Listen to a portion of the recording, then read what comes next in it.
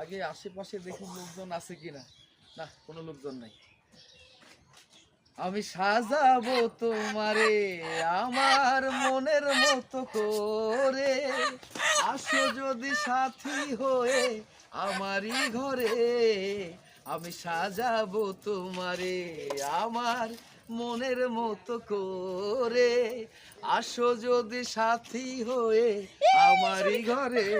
এই, সর্বনাশ হয়ে গেছে। বুঝলাম না কিছু।